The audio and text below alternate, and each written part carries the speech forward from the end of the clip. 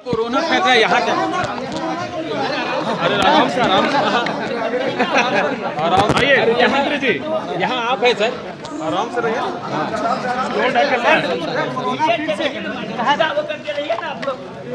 Corona के जो variant मिले हैं उससे लेकर राज्य सरकार की क्या तैयारियां हैं? बताएंगे उस पर।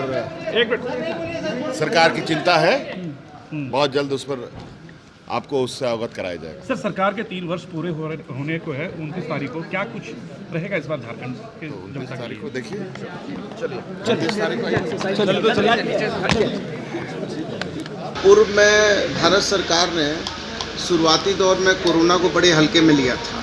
उसका दुष्परिणाम ये हुआ था कि पूरे देश में स्प्रेड हो गया था कोरोना, और यदि समय रहते हुए अंतर्राष्ट्रीय विमानों को रोक दिया जाता, समय रहते हुए जो हमारे ट्रम्प साहब की यात्रा थी उसको रोक दिया जाता, और कई तरह के यदि उपाय किए जाते तो देश में कोरोना इतना भयावह स्थिति में नहीं आता। अच्छी बात है कि सुबह का भूला शाम को यदि वापस आ जाए तो उसको भूला नहीं कहते। तो अभी हमारे मनसुख मांडविया साहब अच्छे स्वास्थ्य मंत्री हैं।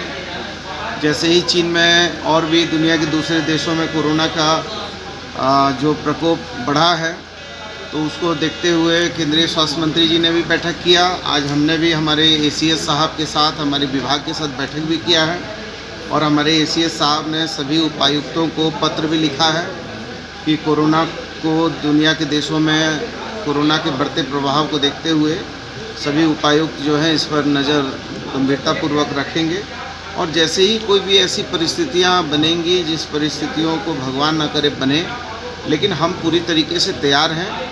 और राज्य ने कोरोना के 3 दंश झेले हैं, अब हम इसके हैबिचुएटेड हो गए हैं। जब कोरोना का प्रथम दंश झेला था तब हमारे पास एक भी RT-PCR मशीन नहीं थी। आज हमारे पास 15 RT-PCR लैब हैं, हमारे पास जीनोम सीक्वेंसिंग की मशीन है, हमारे पास कोवास 6800 भी है, हमारे पास 120 के करीब प्लांट भी हैं, PSA प्लांट है, 12,638 से भी ज़्यादा बेड हमारे हैं। PQ NICU को भी हम लोगों ने दुरुस्त किया है। तो हम सभी तरीके से चाक चौबंद है, इसमें कोई घबराने की ज़रूरत नहीं है, और समय रहते हुए झारखंड पूरी तरीके से मजबूती से काम करेगा। तो जितनी वैक्सीन हमारे पास थी और जो एक्सपायरी हो रही थी, उसको हम लोगों ने पहले दृष्टांत में उस वैक्सीन को ज़्यादा से ज़्यादा इस्तेमाल किया है, और हम इसकी समीक्षा करके वैक्सीन जो कमी है उसको भी लाकर फिर से हम वैक्सीनेट करने का आगे काम करेंगे। एक बार में पूछ लीजिए, पूछिए एक जन पूछिए। सर किस तरह की तैयारी जो है वो अभी हो रही है? देखिए, तैयारी के लिए अभी भी हमने हमारे ACS साहब के नेतृत्व में अभी सारे विभाग के वरीय अधिकारियों का बैठक किया था, और हमारे ACS साहब ने सभी 24 जिले के उपायुक्तों को पत्र भी लिखा है।